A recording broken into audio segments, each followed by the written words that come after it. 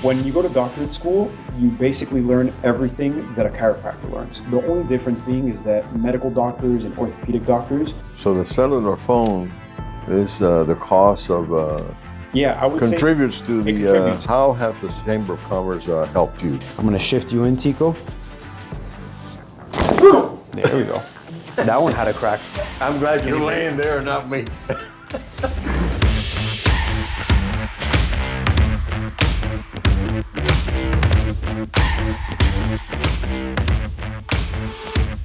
From the Optimized Health Chiropractic Center in Miami Lakes, we bring you the Miami Lakes Business Podcast, brought to you by the Miami Lakes Chamber of Commerce.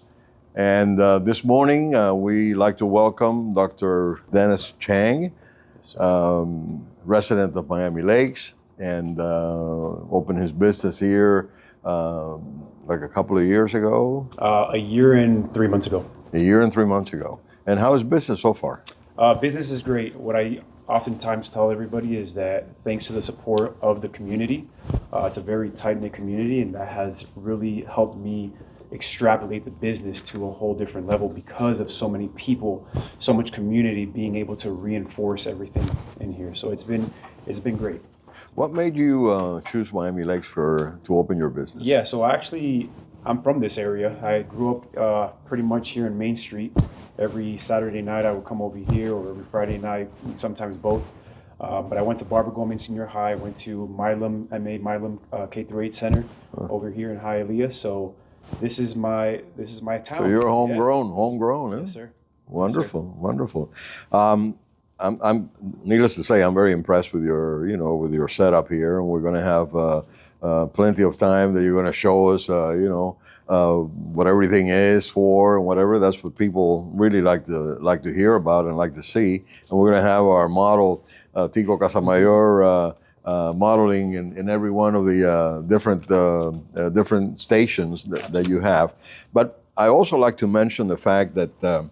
And I didn't know that you had written a book, but you wrote a book that is called From Surviving to Thriving, and it's transformative guide to optimizing your health, body, and mind. Mm-hmm. How long ago did you write this book? So I graduated from chiropractic school December of 2022, and it took me about 5 months to get my doctorate's license. So in the meantime, instead of going out and hanging out and just wasting time, I was just like, you know what, let me try to be a little bit proactive, and let me try to create something that I could share with my patients. That way they could have the foundational knowledge of what it is to truly transform your health. So it took me about 5 to 6 months, I would say, to fully publish the whole entire book. And I was on it day in and day out. While I was waiting for that chiropractic license, every minute that I had working time went into that book. A lot of it is just prior knowledge that I had, and then there was some certain areas that I felt like I was somewhat of an expert at, but then I wanted to make sure that the literature supported everything that I said. So I spent countless hours making sure that there's studies to support everything that I mentioned in the book. So how long ago was it published? It was published around July of 2023. Great. So it's been 2.5 years. 2.5 years. Yeah. Yeah, hopefully it'll make it to the best-selling it actually did. list. It did? It did. So it actually made it to the best-selling in the energetic work. I don't know how that went to the energetic work side of things. Huh. So that specific category, it actually was #1 bestseller in that. Right. In that. One thing that I've always been wanted to ask. Yep. What is the difference between being a chiropractor, mm-hmm, or a doctor in chiropractics, and an orthopedic doctor? An orthopedic or a medical doctor? Medical doctor, right. Yeah. Mm-hmm. So, I mean, it depends, right? So depending on how you look at it. When you go to doctorate school, you basically learn everything that a chiropractor learns. The only difference being is that medical doctors and orthopedic doctors, they kind of diverge at a certain point in time, right? So we all learn anatomy, physiology, histology, all the studies of everything that creates biology, right? Biology being humans. Right, the human body. Yeah. The human body, right? We all understand and we all learn everything exactly the same. The only difference being is that where we diverge is that we learn nutrition instead of intense pharmacology being prescription drugs, right? We have a little course on it just so we could understand what patients are taking, but since we're not going to prescribe it to patients, we don't need to go in depth with it, right? So we study nutrition because we want to be more proactive. We want to express health. We don't want to diminish disease, right?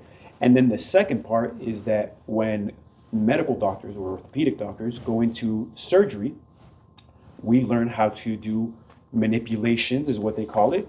We call it adjustments, spinal adjustments. So that's the biggest difference. Everything else is exactly the same. All the credit hours, all the foundational premise of the body, everything is pretty much the same. You know, I kind of agree with you because in my lifetime, and of course I've been to doctors, orthopedics, and I've been to a chiropractor one time. Yeah.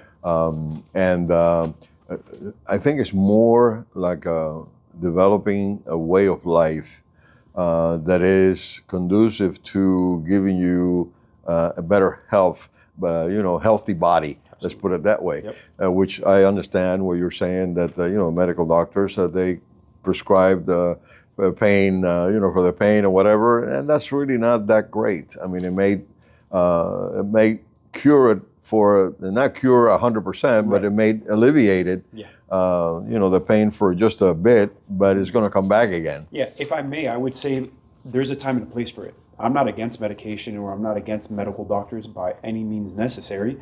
You just got to know exactly when, right? If it's an emergency situation, go to your primary, go to your medical doctor, go to the hospital, right?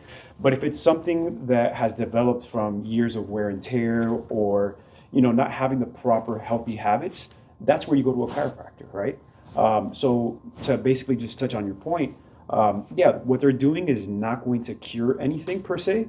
It's going to help maybe manage pain, or it's going to help, buy you time with certain things.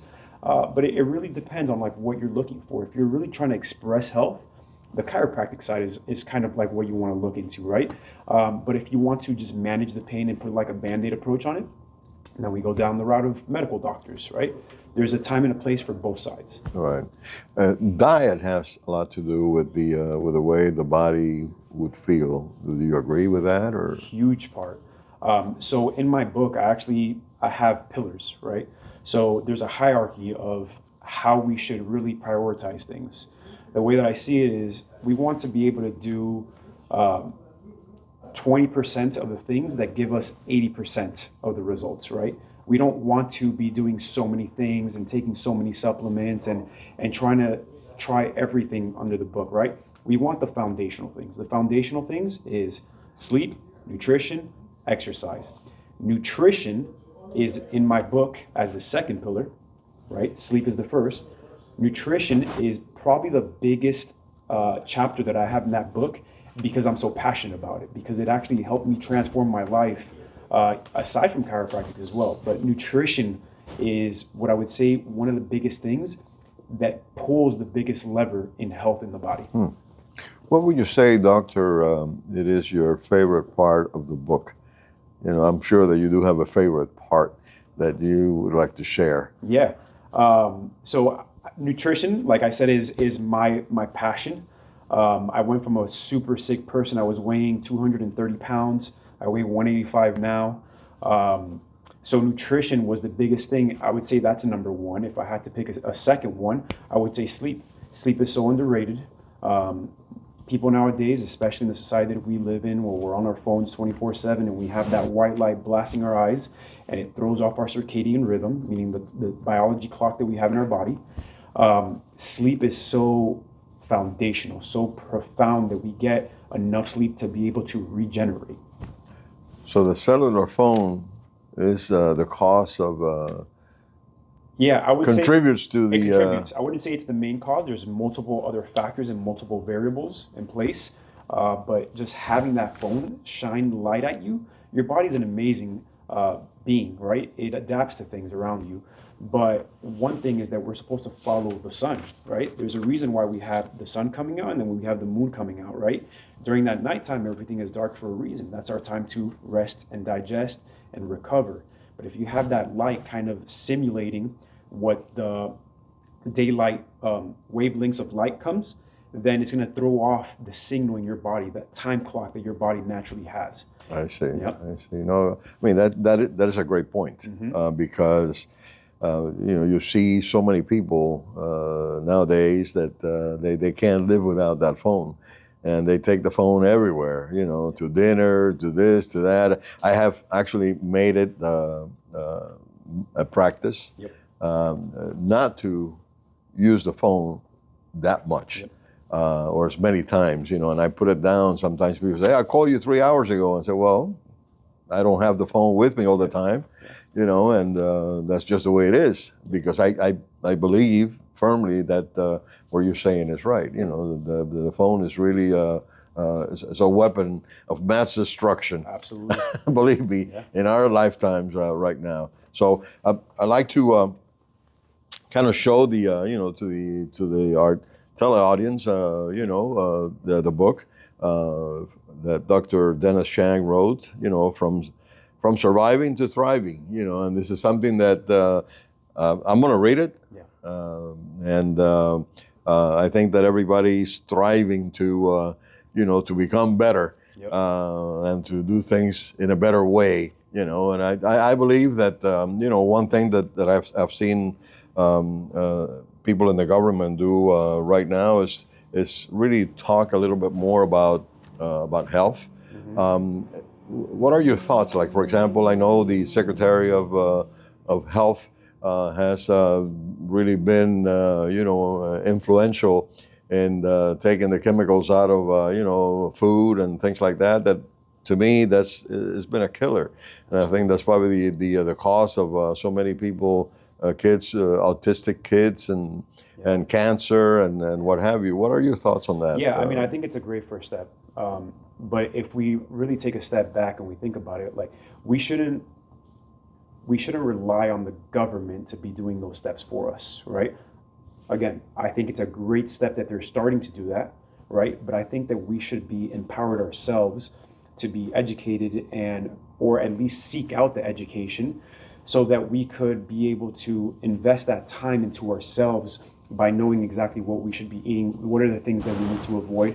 But I'm all for it. Like JFK Jr., I support him 100%. Yeah, the guy's in pretty good shape, and I think if he does what he preaches, is living proof of what a good diet and a good way of life, can produce. So. Absolutely. So this is called a non-surgical spinal decompression table. This is going to be specifically for people that are dealing with any type of disc injury or issue. Herniation, bulging disc, sciatica, people that get into car accidents, and then they start receiving any type of radiating pain going down into the legs or even into the arms or shoulders. Any type of condition that has to do with the spine could be alleviated and also corrected if you know the right things to do with this decompression table. Notice is that the table is going to decompress and it's going to stretch his lower half. And we're going to target it specifically to a certain region based off the x-rays that I see. And it's going to be a certain angle so it could be able to target that specific disc. And then little by little, he's going to get stretched. He's barely going to feel a thing. And he's going to come off of here super happy. So I'm going to go ahead and set him up. Good. And we'll see what Tico thinks about this. Fred, I've always had the hopes that this machine will also make me taller. Taller? Yes, you never know, right? Because it's decompressing you. Yeah, so as we age, our discs, since they start to dehydrate, they start to lose size. So as we start to pump them, they start to regain size a bit. I've done this before, and I can guarantee you that it works, because I can come here and feeling tight, and then you leave feeling loose. And then you could also do this for the neck. And I know works 100%. They pull up. The neck, because when I start getting those neck headaches from the screen or from sleeping, and you do the neck and it'll separate, and it's almost like sometimes you feel the blood flowing through up and down once the release, when it does a release. So it really is unbelievable. So what we'll do is that we're going to set it up to target his L4, L5 area, because that's where he has the most amount of compression. So you'll see the table lift up by itself, and then we'll just set it up. How long does the patient has to to be on the Yeah, great question. So it all This depends on the patient, depends on how long they've had the injury for, depends on their weight, depends on their height. It also depends on how long they've been doing the treatment for. So the way that it works is kind of no different than going to the gym. You start off at one place, and then little by little you start incrementally going up on weight and on time. It's very gradual. Sometimes patients are like, dang, I didn't really feel anything, until it finally goes back to the position where it needs to go. So this is called intersegmental traction. What I called it and what patients call it is the roller table, because there's a roller that comes up and it just slowly starts to massage the spine. And it basically, this is actually every patient's favorite part of the visit, to be honest. And you're gonna see it go from the top all the way to the bottom. And I'm gonna make it a little bit intense so we could show exactly what it does. Seems like Tico's going to jump out of the You feel like jump out of the bed. Yep. It starts prepping you. It leaves, and it really feels good. All right, we're going. Oh. So it's very gentle, it's very subtle. You're at level 1. Level 1? Yep. Some people go to level 6 and they just feel a little bit, they actually feel some cracks going on in their back. Wow. And that just tells it that the spine is starting to move and warm up. But yeah, this is it right here. Yeah. Feels good? Yeah, feels good, really. So this is called a chiropractic adjustment table. There's some tables that are advanced like this one, and this one specifically for people that have herniations and bulging disc. We set them up to warm up their spine as well a little bit more, and you'll notice that the table kind of motions just like that, and that starts to open up the disc space as much as possible, and it starts to pump it.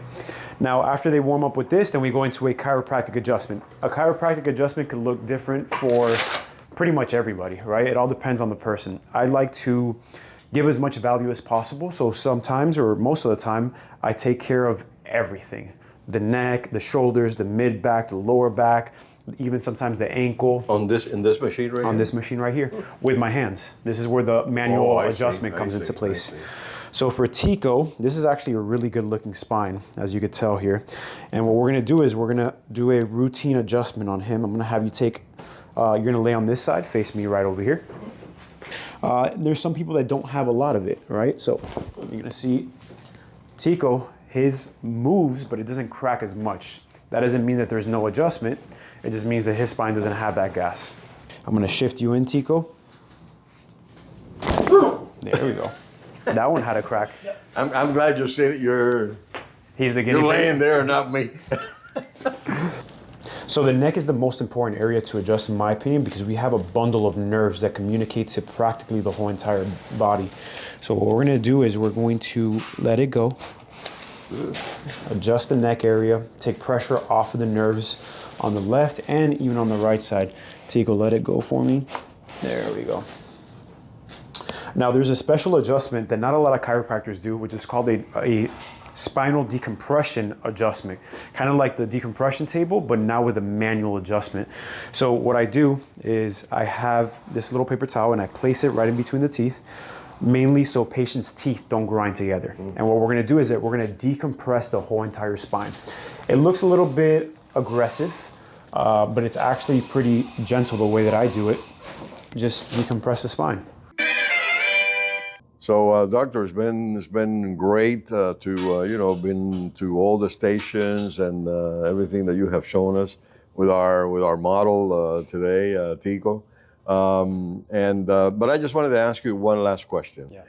You have been a resident of Miami Lakes. You have your business here. You invested your money here.